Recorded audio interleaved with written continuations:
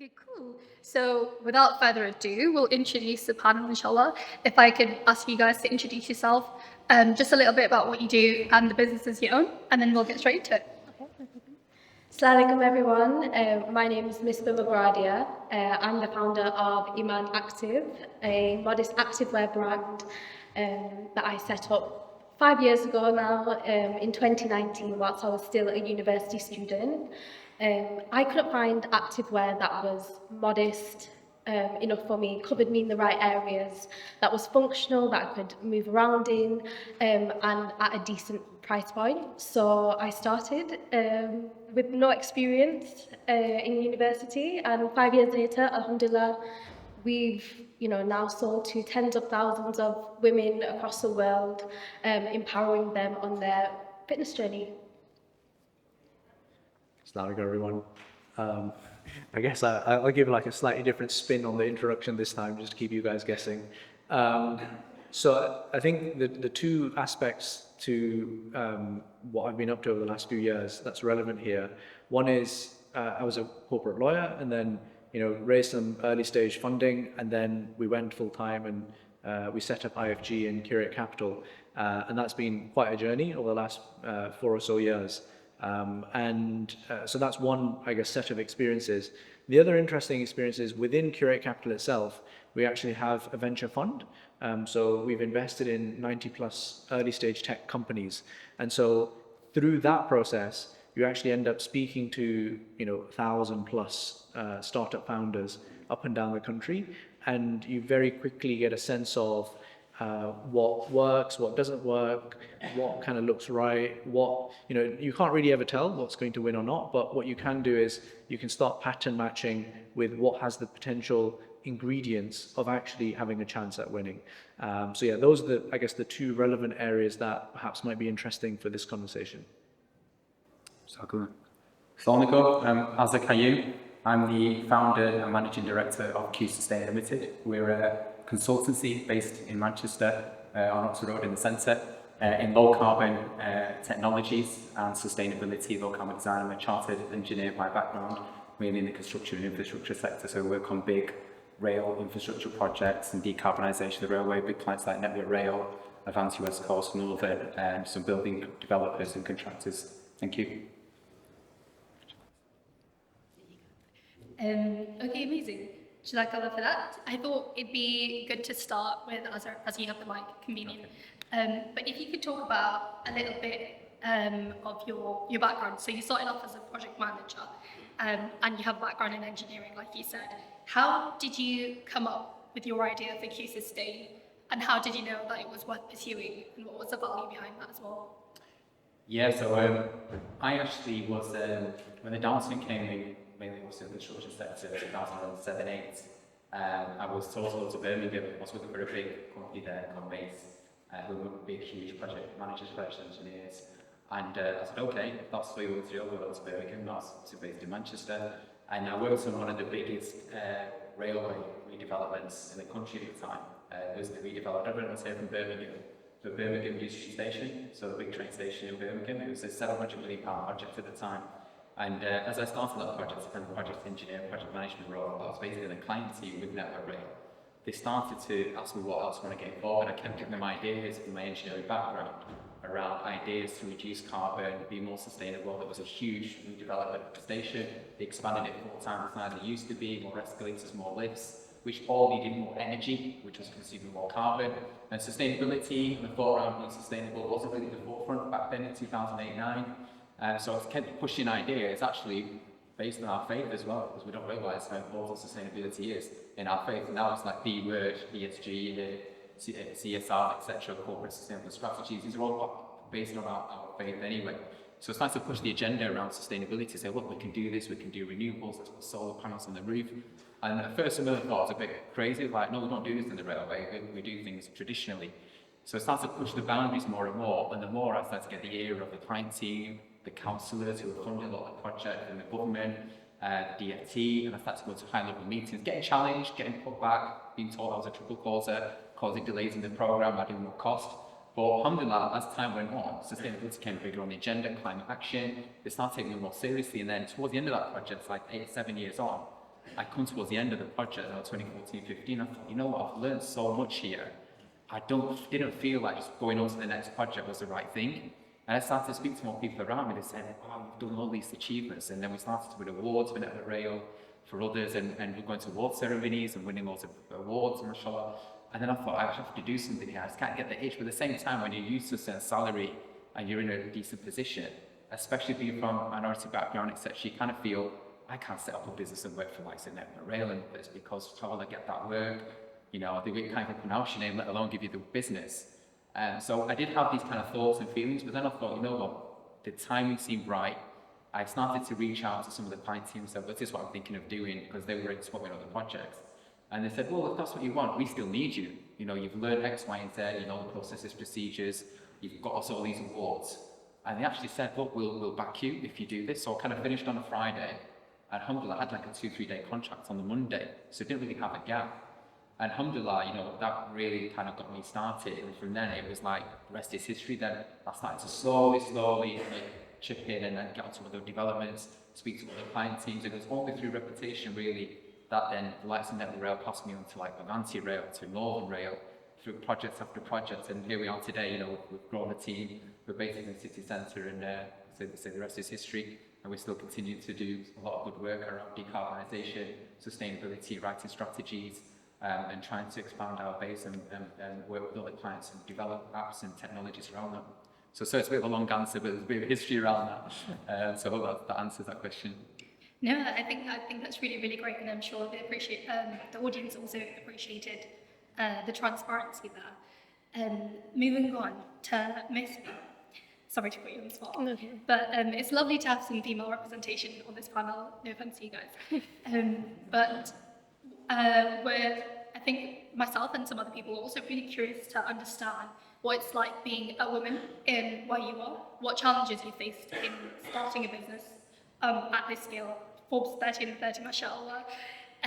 How has your gender and your identity as a Muslim woman as well, how has that impacted your journey in starting your business? I'm going to be really honest here.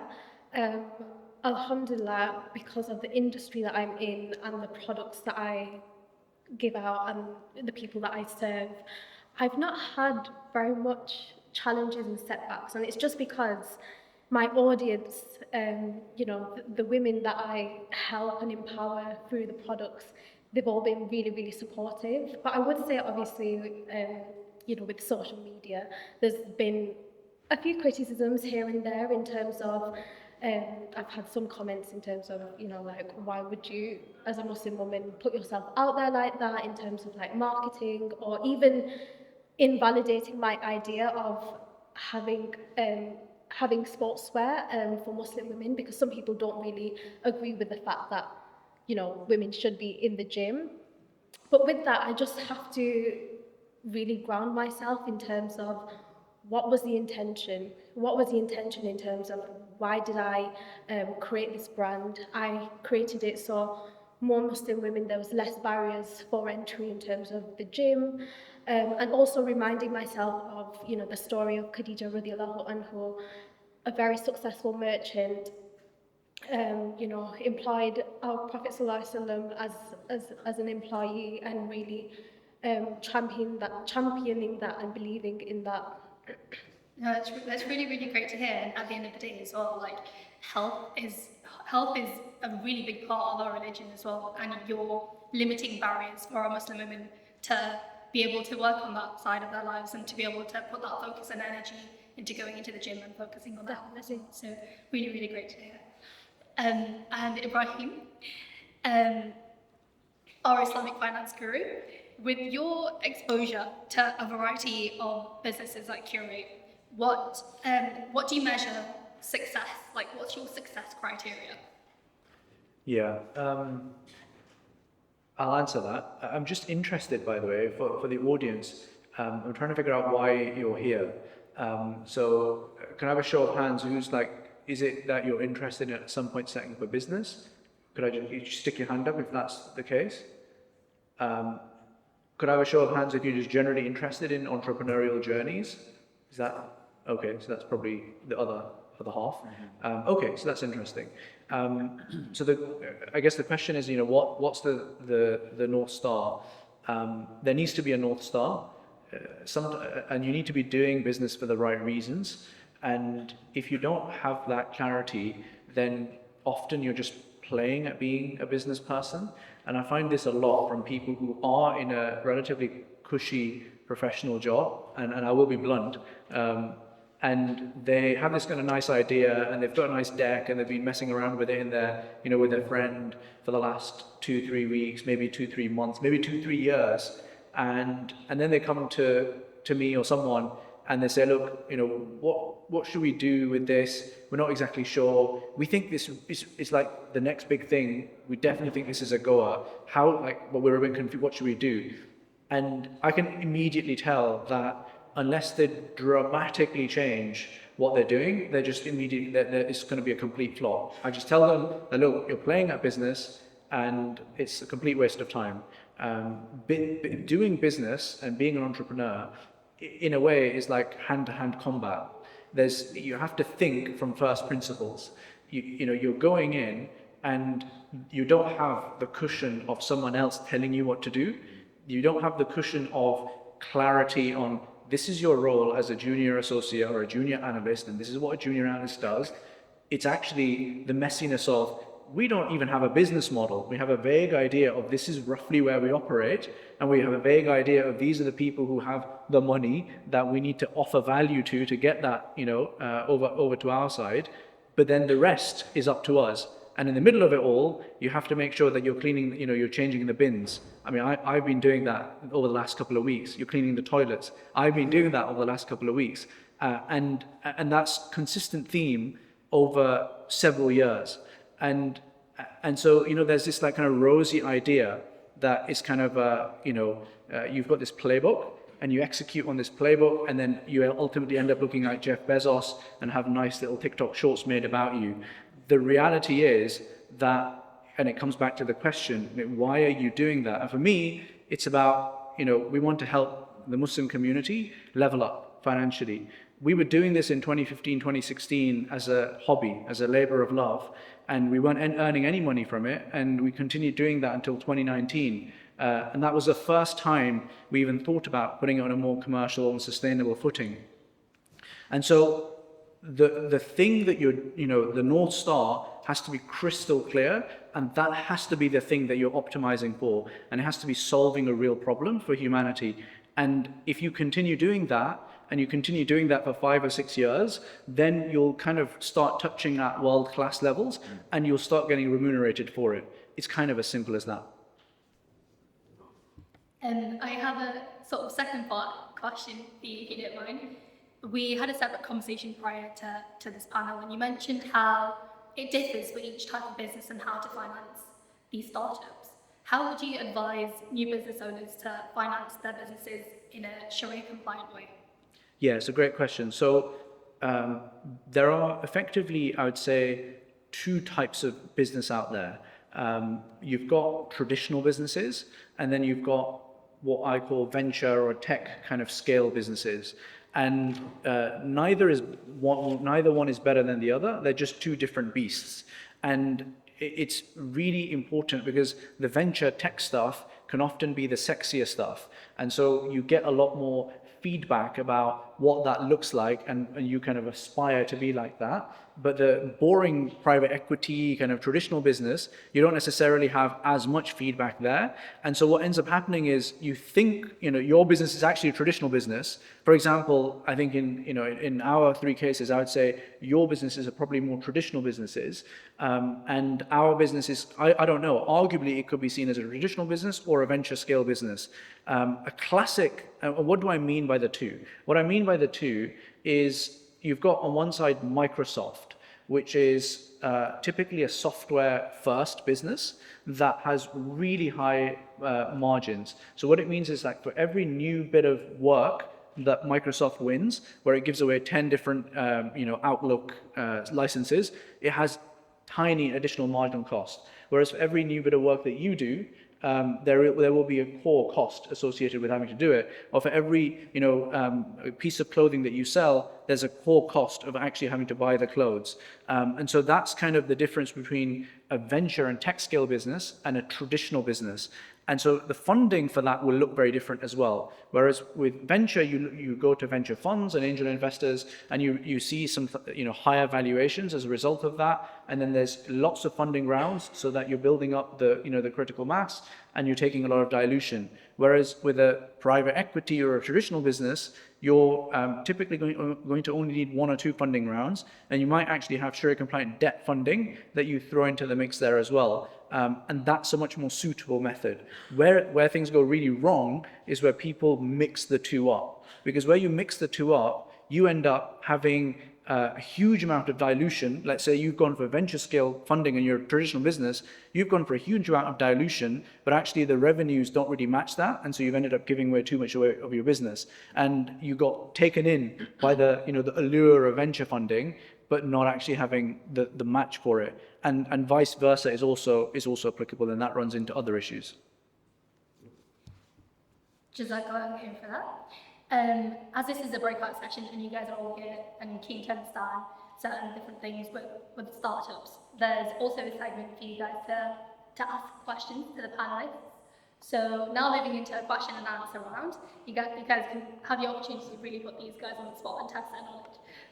So with that being said, does anyone have any questions they'd like to put forward? Yeah, I'll come to you. I think I'm level.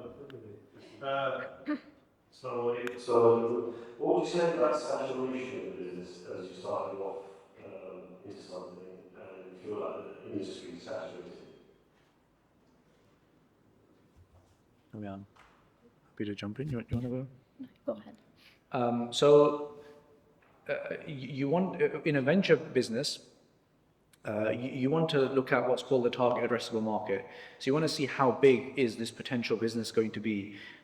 So for example, let's say we're thinking about healthcare and you're thinking about a healthcare AI kind of tech startup-y thing, and you're thinking about the UK, right? So in that respect, what you're going to be thinking about is who are your target customers? Like, what's the NHS spend on tech every year? Who are the private suppliers, and what's their potential tech spend? The US is going to be a critical factor here as well, because it's going to be international because it's a tech business. And when it comes to saturation, the first key point that I'm looking at is this a tiny, tiny market which isn't really going to go anywhere? Or is this a huge market already? If it's a huge market already, that's interesting. If it's a tiny market but you think it's going somewhere, that's really interesting, because then you'll be the monopoly from day one. That's a bit like Facebook, right? So or a bit like Google, where they were one of the very early businesses in this new era, in this new sector, and they just hoovered it all up. So that's really interesting, and that comes along very rarely. Now, if you're in a business that's already got a large market, and this is where the point around saturation comes in, I actually think, frankly, that they call it a red ocean market and a blue ocean, right? So red ocean is where there's already stuff happening. And I actually really think that red ocean is really interesting, because it suggests that there is value there already, and people are making money there already. And so even if you go in and you take a small chunk of the business from the other people in that ecosystem, that's actually, it's kind of verified your business model to a large extent. And I actually find that a lot of startups, they kind of start from a particular perspective, but actually very, very, very few startups are genuinely innovative in the sense that they've come up with an entirely different market. Like, take us for example, right? We're not coming up with something, or Monzo or Revolut, they're not actually coming up with something that is like Google, right? Completely different way of doing search. It changed our behavior. Revolut, Monzo, IFG, Curate, we're all a more advanced, technically enabled version of a bank or a wealth manager or an investment manager, and that's perfectly fine.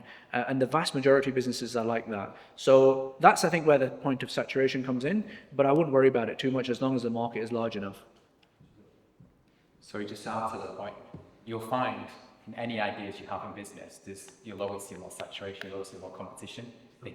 It's the mindset, but it's also the key is, as Brother being said, is look at your market and your client base as well. but also look at the forward projection. So for example, one of the big motivators for me was I knew sustainability was going to go hot. You know, climate change was happening. You could see governments globally wanted to pour money in and put like green finance, things like that. So I knew that this had to happen if we're going to save the planet. You know, I knew EV cars were going to kick in at the time. I knew air quality was a big issue. We're working in air quality now. So it's also looking at forward projection. If you've got an idea of what does the market look like, so it's even like, you know, halal gym clothing, we know that, mashallah, more of our community will look to get fitter. You know, they need to, they have to, if they want to live longer, you know, it's something we need to do. And also, the knowledge is increasing in terms of, you know, the benefits of health and well-being, things like that. And therefore, the spin-off from that will be that, oh, well, we need halal gym clothing, things like that. And it's the same mindset that I kind of had. It's thinking, I know it's going to be tough in my market to grow. I know I'm going to be a very small player, it's going to take me a long time. But one of the key titles, obviously, with the hack, with startups is there's no real big hack here in terms of what's to tell you that there's going to be a silver bullet, do this, do that. It is difficult, it is challenging. You have to be the accountant, you have to be the bin cleaner, you have to be the toilet cleaner, etc. You have to do your business development, and you have to do your accounts, VAT, things like that, and do your HR and do your business development. So it's everything in one to do that, and that's just the honest answer.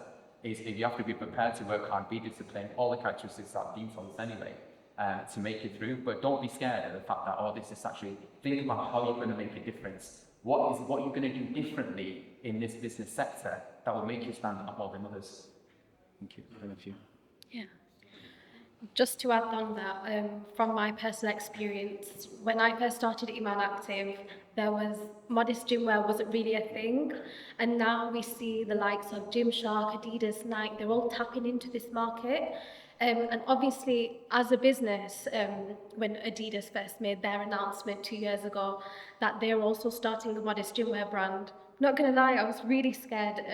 You know, compared to Small Iman Active, that was a big player in the industry, and I did feel as if this was my time to kind of shine, in terms of the marketing, making sure that the customers know that this is a Muslim grassroots brand. We've started it from my personal struggle, from so many other women's struggles.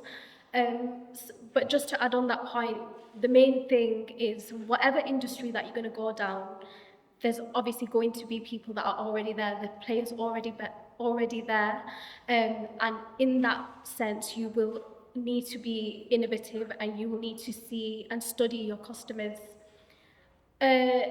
Kind of technique that I have for Iman Active is I always make sure my community is engaged in product development.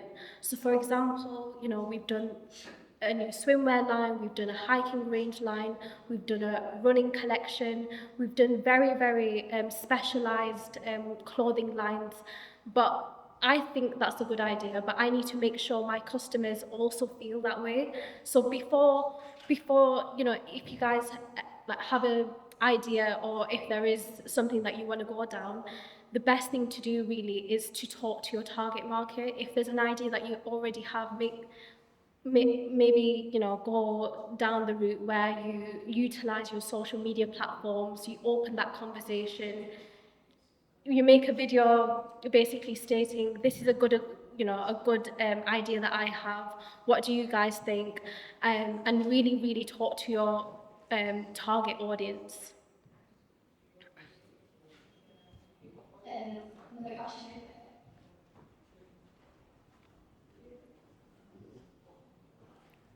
I'm the founder of SimFamily.com. It's a small business site for starting so I just wanted to ask, so often we are advised as a software business to start small, start strategy, get everything together, which we've done. We don't feel comfortable yet raising like a venture capital or going down that route. A lot of other non-Muslim like friends and people who start businesses typically would like to go to a bank, get a bank loan to, any money that we need is taken care of there, but Muslims, those options are really open for us as business partners. So I just wanted to ask what options of that nature are, and you aware of that you can share with us. If you, instead of half funding or raising money from investors, if we feel like we're not ready that, yeah.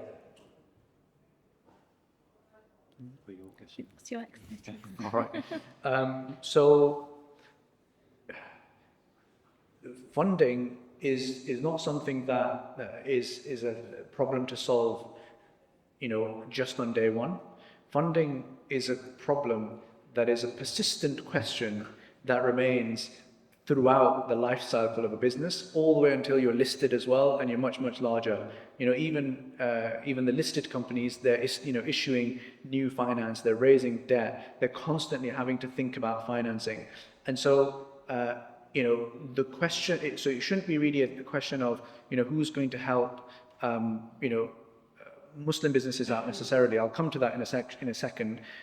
It's actually a question of how can I develop the muscle of fundraising, whatever the different type of fundraising you have to do is. It could be seed funding, from a venture fund. It could be, angel funding with much more of a kind of PE kind of valuation, or it could be debt funding as well, Sharia compliant debt funding. It could be trying to get Qadas Hassan from one of your family or relatives. It's about trying to hustle and figure that out. So that's the first thing I would say. Now, in terms of specifically where you could get funding as a Muslim, I'd say that there's obviously you've got venture funds like ours. We focus on companies that are ready for venture investing. You've got people like Wahid Ventures. You've got Collective Continuum, which is another NGO type outfit. You've got people like Deen Developers, who either not themselves, but they have connections that they can help you potentially support some of this stuff. And then there's some larger family offices that do have a pot of money just for charitable Islamic tech projects as well, that may not necessarily ever be, from a business perspective, but they just want to support them. So there are these people out there. It's a question of, building those networks, meeting people, and just kind of getting to the point where you're able to do that. There's no kind of silver bullet to it. I think we probably have time for one more question before we go back to Jason. So my question is, to what extent do you think that AI will disrupt the process of starting a business? Obviously, millions of businesses have been started up in history, and a lot of the same mechanics go into that. I can see a lot of disruption now to that model, seeing as so much of the nuts and bolts of business setting up can be done by AI now. So, what trends do you see and what disruptions can you foresee? Yes, a very good question. In terms of day-to-day business, AI is helping us, particularly when it comes to knowledge base, writing reports, etc. It doesn't provide the answers straight away because there's still issues around that, but it's certainly can speed things up when we report writing and things. But in terms of starting up, I don't know what it is, but I don't really see a massive impact there in terms of processes, procedures. You still have the headache of setting up a company's house, whether you go limited or you're going to be sole trader. All these questions coming to you, am I going to do my self-assessment, am I going to go limited, what level of risk am I going to take? They're all decisions you have to take, that AI will give you the answer. And if it does, I'd read it very carefully to make sure it's got to give you the right answer.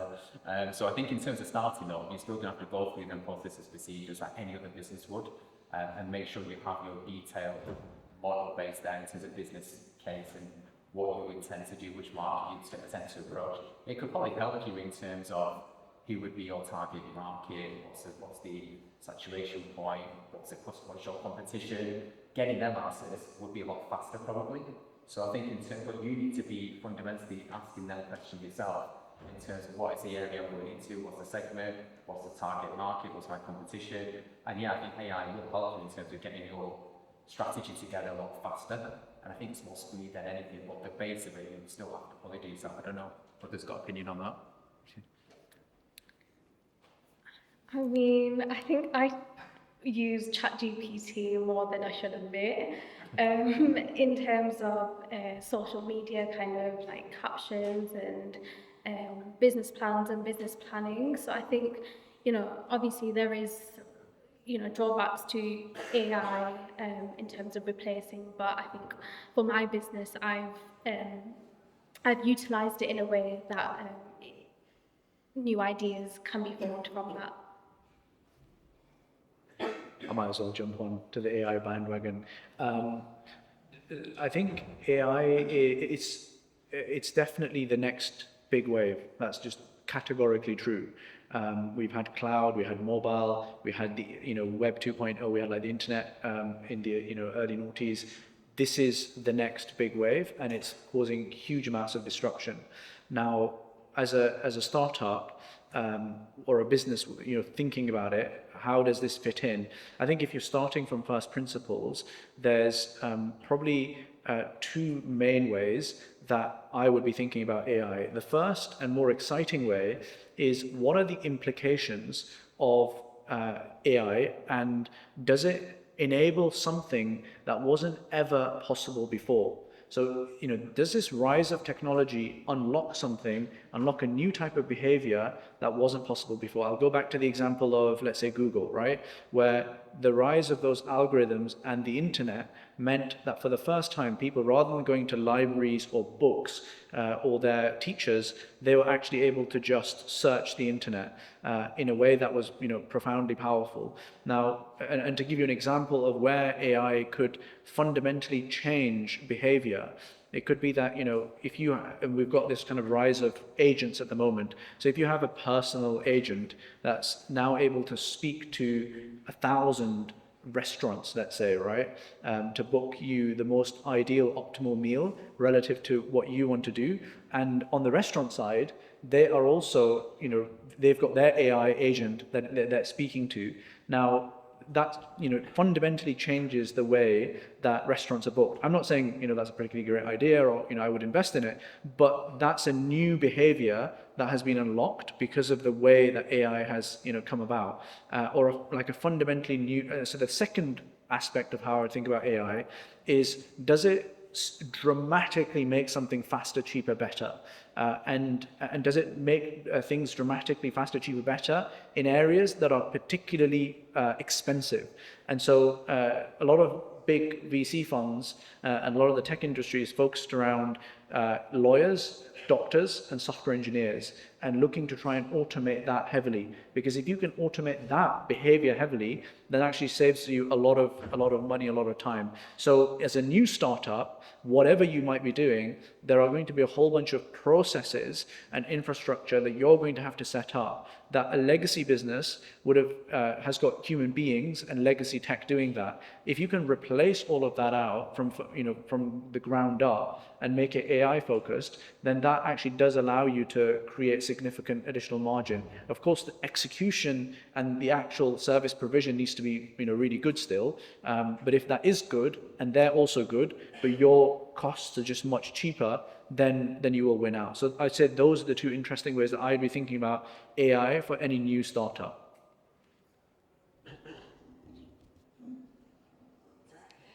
Unfortunately, that's all we have time for this breakout session.